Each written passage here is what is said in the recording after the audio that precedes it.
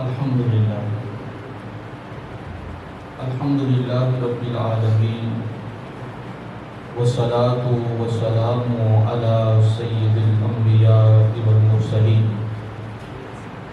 وعلی آلہ واصحابہ اجمعین اما بعد فاعوذ باللہ من الشیطان الرجیم بسم اللہ الرحمن الرحیم لقد كان لكم في رسول الله أسوة حسنة صدق الله مولانا العظيم وصدق رسوله النبي الكريم الأمين إن الله وملائكته يصلون على النبي يا أيها الذين آمنوا صلوا عليه وسلموا تسليما اللهم صل على سيدنا ومولانا محمد مقدم الجود والکرم وآلہ وبارک وسلم بآواز بلند پڑھیں الصلاة والسلام علیک یا سیدی یا رسول اللہ الصلاة والسلام علیک یا سیدی یا حبیب اللہ الصلاة والسلام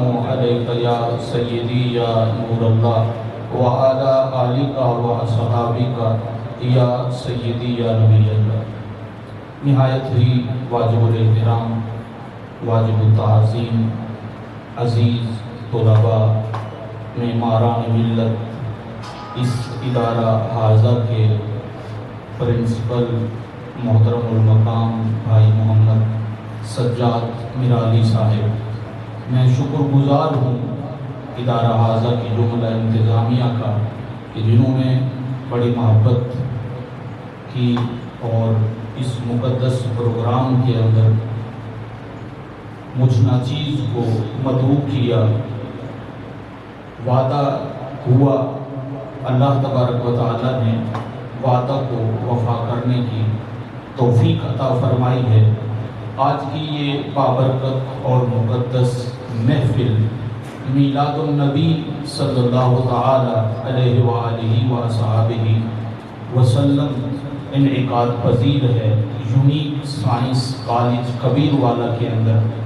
میں دعا گو ہوں رب کائنات کی بارگاہ کے اندر کہ رب کائنات اس ادارہ کو ترقیوں کی اوج ثریا پر پہنچائے اور ادارہ حاضہ کو دن دگنی رات چگنی ترقی عطا فرمائے، اور اس ادارہ کے اندر جملہ متعلمین اور متعلمات کو اللہ شرع صدر کی دولت سے مالا مال فرمائے۔ ملک و قوم کی خدمت کا جو جذبہ ان کے دلوں کے اندر ہے، اللہ اس میں کامیابی و کامرانی عطا فرمائے۔ حضرات محترم، نبی علیہ السلام اللہ تبارک و تعالیٰ کے وہ مقرب ترین پیغمبر اور رسول ہیں کہ جن کی خاطر رب کائنات نے اس کائنات کو وجود بخشا۔ حضور علیہ السلام کی ذات وجہ تخلیق کائنات ہے، پھر حضور علیہ السلام کی زندگی کا ہر شعبہ ہمارے لیے مشعل راہ ہے۔ حضور کی زندگی کا ایک ایک لمحہ نور ہدایت ہے۔ اگر ہم اس کو فالو کر کے اس کے اوپر عمل کریں تو پھر دنیا کے اندر بھی ہمیں کامیابی و کامرانی ملے گی، اور پھر قبر اور حشر کی جو منازل ہیں اس کے اندر بھی بندہ مومن جو ہے وہ کامیاب اور کامران ہوگا۔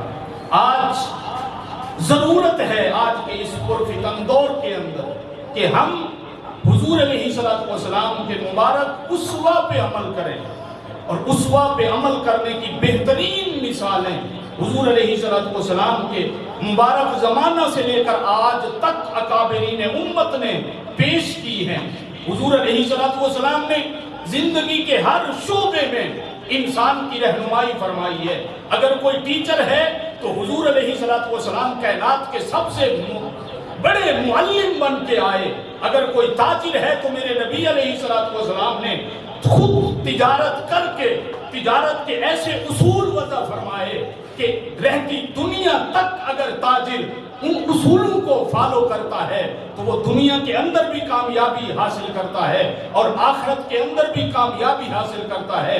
اور اگر ایک شوہر ہے تو حضور علیہ الصلوۃ والسلام کائنات میں سب سے اعلیٰ ترین شوہر ہیں. اور اگر کوئی استاد ہے تو حضور علیہ الصلوۃ والسلام کائنات میں سب سے بڑے معلم حضرت سیدنا جریر بن عبداللہ بجلی، یہ حضور علیہ الصلوۃ والسلام کی امت کا یوسف ہے.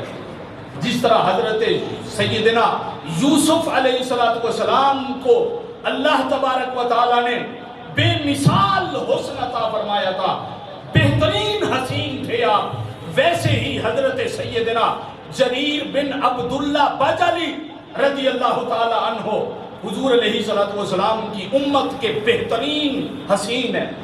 ان کو امت محمدی کا یوسف ثانی کہا جاتا ہے، یوسف کہا جاتا ہے. اتنا زیادہ حسن تھا. ایک مرتبہ آپ نے غلام کو ساتھ لیا.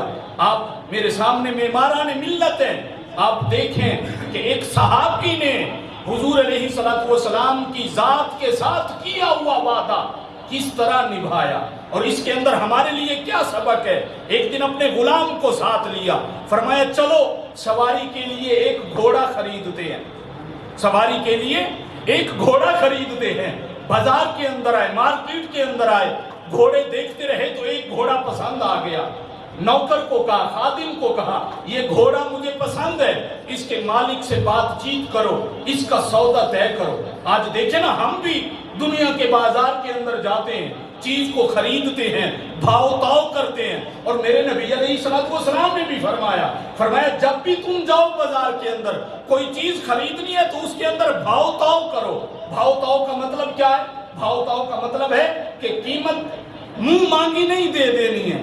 اگر ایک چیز کی پرائس دکاندار نے بتائی ہے تو آپ اس کے ساتھ تھوڑی سی جرا کریں اور دل کے اندر نیت یہ ہو کہ چونکہ نبی علیہ الصلوۃ والسلام نے بھاؤ تاؤ کرنے کا حکم دیا ہے تو نبی کی سنت پہ عمل کرتے ہوئے میں بھاؤ تاؤ کر رہا ہوں. اس کا فائدہ کیا ہوگا؟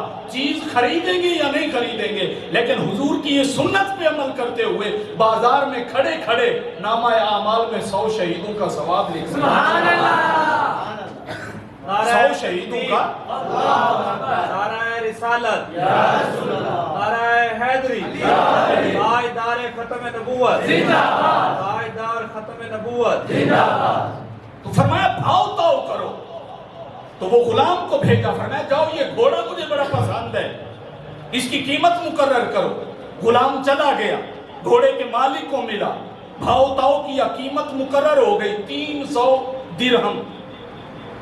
فائنل ہو گیا، قیمت مقرر ہو گئی. لیکن صحابی رسول کا رویہ دیکھیں، حضور علیہ الصلوۃ والسلام کے تربیت یافتہ شخص کی زندگی گزارنے کا طریقہ دیکھیں. غلام بھاؤ تاؤ کر کے آ گیا، قیمت مقرر ہو گئی، فائنل ہو گئی. آ گیا مالک کو لے کر، جناب یہ گھوڑے کا مالک ہے، 300 درہم گھوڑے کی قیمت مقرر ہو گئی ہے. تو جب آپ نے دیکھا نا تو چاہیے تو یہ تھا کہ اب اپنا مالی نقصان کون کرتا ہے، اپنے جیب کو خسارہ کون دیتا ہے؟ یہ مال ہے، اور مال کی دولت انسان کے دل کے اندر کتنی راسخ ہے، کتنی پختہ ہے. آج ہم اندازہ لگا سکتے ہیں کہ انسان جتنا اپنی جان سے پیار کرتا ہے، میرے خیال میں اس سے کہیں زیادہ دولت سے پیار کرتا ہے. یہ انسان کی فطرت کے اندر ہے، مال کا پیار، اولاد کا پیار، اپنی جان کا پیار. یہ اولاد بننے کی فطرت اور جبلت کے اندر ہے. اب چاہیے تو یہ تھا کہ قیمت مقرر ہو گئی، سودا طے ہو گیا، 300 درہم بتائے گئے. بیچنے والا بھی راضی ہے، مزے کی بات ہے، بیچنے والے کو بھی اعتراض نہیں.